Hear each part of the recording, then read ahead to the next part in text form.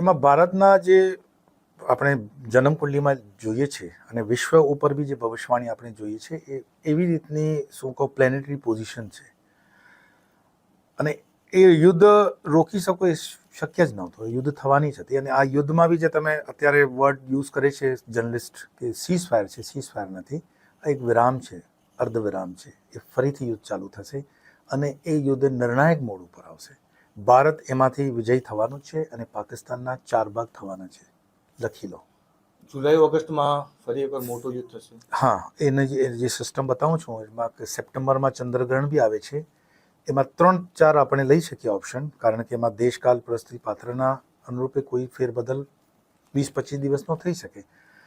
પણ અત્યારે જે નેતૃત્વ પાકિસ્તાનનું નેતૃત્વ છે એ નેતૃત્વને રિજનલ કમાન્ડર માનતા જ નથી. એટલે મારી ભવિષ્યવાણીને જોઈને આ લોકો યુદ્ધ કરે છે એવું નહીં માનતા. એ લોકો પોતે જ એકબીજાને કાપાકાપી કર્યા છે.